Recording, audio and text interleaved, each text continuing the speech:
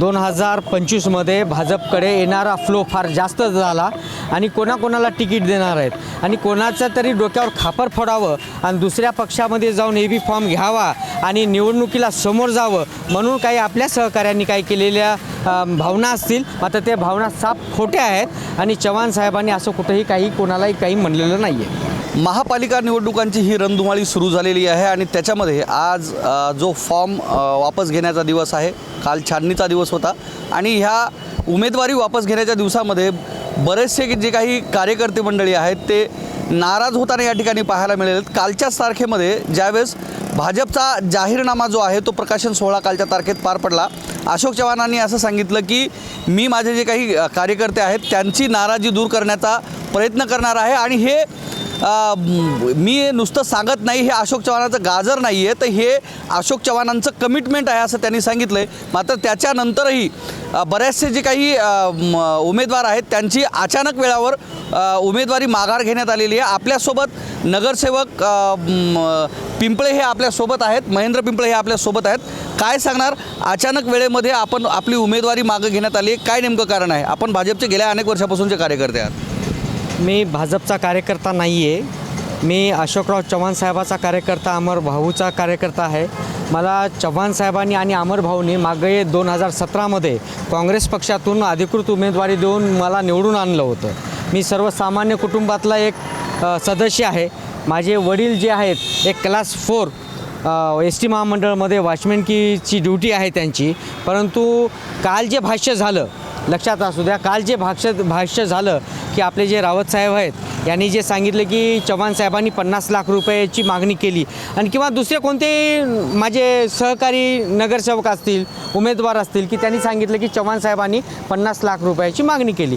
चव्हाण साहेब 50 लाखाची मागणी करत नाहीत, उलटं 50 लाख रुपये लावतील सर्वसामान्यांना. कारण की आम्ही जेमतेम रोडवरचे कार्यकर्ते आहोत, हाडामासाचे कार्यकर्ते आहोत. त्याच्यामुळं हे काल जे 50 लाख रुपयाचा जो आरोप झाला ते महाराष्ट्राचे माजी मुख्यमंत्री, महाराष्ट्राचे भाग्यविधाते, मराठवाड्याचे शिल्पकार जे अशोकराव चव्हाण साहेब आहेत त्यांच्यावर जो आरोप झाला त्या आरोपाला मला कुठंतरी रात्रभर झोप आली नाही.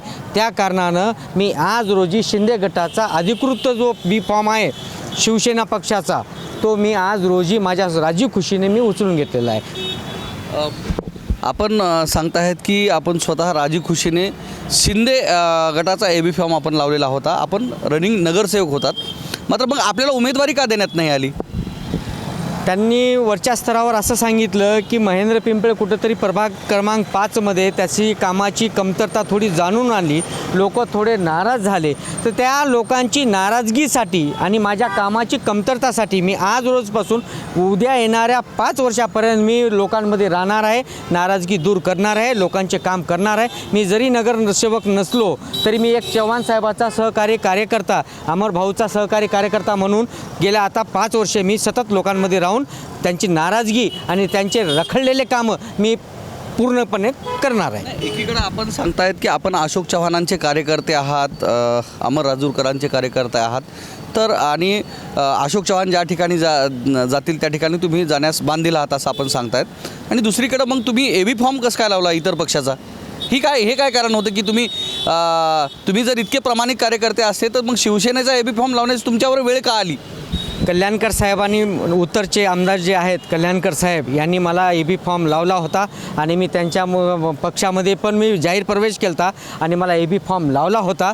परंतु मी निवडणुकीला समोर जाण्याकरता मी सज्ज होतो, लोकांसाठी मदत गेलतो, हातापाया पडत होतो, नाराजगी दूर करण्याचा प्रयत्न करत होतो. आता काही जे नाराज झालेले उमेदवार आहेत, चव्हाण साहेबाचेच कार्यकर्ते किंवा चव्हाण साहेबाचेच नगरसेवक होते माझ्यासोबत जे काँग्रेसमधून भाजपमध्ये आलेले, त्यांनी कुठंतरी चव्हाण साहेबाविषयी द्वेषभावनेतून अपशब्द त्यांच्या तोंडातून निघाले की 50 लाख रुपये मागितले. या द्वेषापोटी मला कुठं रात्रभर झोप आली नसल्यामुळं मी माझ्या राजी खुशीने मी एबी फॉर्म वापस घेतलेला आहे. निवडणुकीमधून मी माघार घेतलेली आहे आणि माझ्यासोबत जे प्रभाग क्रमांक 5चे जे नगरसेवक आहेत समजा त्यांच्यासोबत मी खांद्याला खांदा लावून भाजपसाठी मी मतदान मागण्यासाठी आजपासून सुरुवात केलेली आहे. आपणच आता सांगितलेलं आहे की आपण शिवसेना पक्षामध्ये प्रवेश करून एबी फॉर्म लावलेला होता उमेदवारी संदर्भात आणि तुम्ही आज तो मागं घेतलेला आहे. मग तुम्ही आज भाजपचे कार्यकर्ते कसे काय झाले? कारण तुम्ही अगोदर शिवसेनेत प्रवेश केलेला आहे. हो बरोबर आहे, परंतु मी पुन्हा साहेबांच्या कामावर विश्वास ठेवून मी चव्हाण साहेबांपाशी गेलो, चव्हाण साहेबाचा आशीर्वाद घेतला, चव्हाण साहेबाला सांगितलं की तुमच्यावर अपशब्द बोलणाऱ्यामुळं मी आज माझा AB फॉर्म वापस घेतलेला आहे आणि मला पुन्हा तुमच्याजवळ स्थान द्या एक कार्यकर्ता म्हणून मी आज भाजपचा मी पुन्हा छोटा मोठा एक सदस्य झालेला आहे आणि मी काम करायला तयार झालेला आहे. बर्डन आणून सुद्धा फॉर्म वापस घेण्याचे प्रकार समोर येत आहेत. तुमच्यावर असं काही बर्डन आहे का की तुम्ही जर फॉर्म नाही वापस घेतला तर इतर काही गोष्टी होतील अशी भीती आहे, ज्याच्यामुळे तुम्ही तुमचा जो उमेदवारी आहे ती मागं घेतलेली आहे आज? नाही, मी एक सुज्ञ मुख्याध्यापक आहे. माझ्यावर कोणाचाही बर्डन नाही, ना चव्हाण साहेबाचा, ना अमर भाऊचा, कोणत्याही नेत्याचा नाही. उलटे मला म्हणू लागले होते की बाबा तुला AB फॉर्म आहे, तू तुझं लढ. परंतु आमच्याच काही सहकाऱ्यांनी चव्हाण साहेबावर आरोप केल्यामुळं माझं मन विचलित झालं, त्याच्यामुळं मी भाजपमध्ये प्रवेश केला पुन्हा. उमेदवारी देण्यावरून पैशांची देवाणघेवाण होत असल्याचा आरोप होतो आहे. भानुसिंग शेखावत असतील, सोनाळे असतील, दुष्यंत सोनाळे यांनीसुद्धा आरोप केले आहेत. असे वेगवेगळे जे नगरसेवक आहेत त्यांनी आरोप केलेत.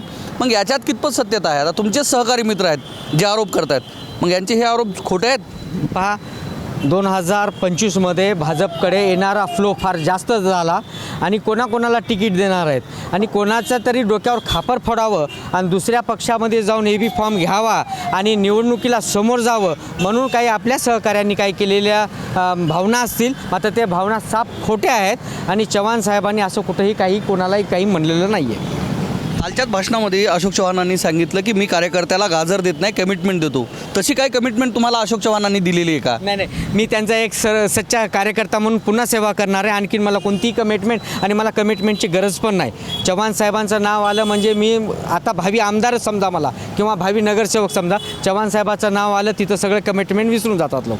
म्हणजे तुम्ही जे म्हणतायत तुम्हाला भावी आमदार म्हणजे तुम्हाला आमदारकीची कमिटमेंट आहे का? नाही, बिलकुल नाही. मी माझ्या चव्हाण साहेबाच्या नावाला मी स्वतः आमदार म्हणून घोषित करतो आणि मी आमदार म्हणूनच आहे कारण की चव्हाण साहेबांनी ज्याच्या गळ्यावर ज्याच्या डोक्यावर हात ठेवला तो आमदारापेक्षा कमी नाही आणि आमदारापेक्षा जास्त नाही.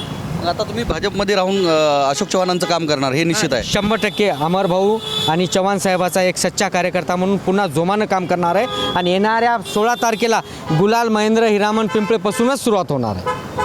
तुम्ही उमेदवारीत नाही आहेत, मग गुलाल तिथून कसा सुरुवात होईल? माझ्या सहकारी जे माझे प्रभाग क्रमांक 5चे जे चारही सहकारी आहेत मी त्यांना गुलाल लावला म्हणजे महेंद्र पिंपळेला गुलाल लागल्यासारखं आहे.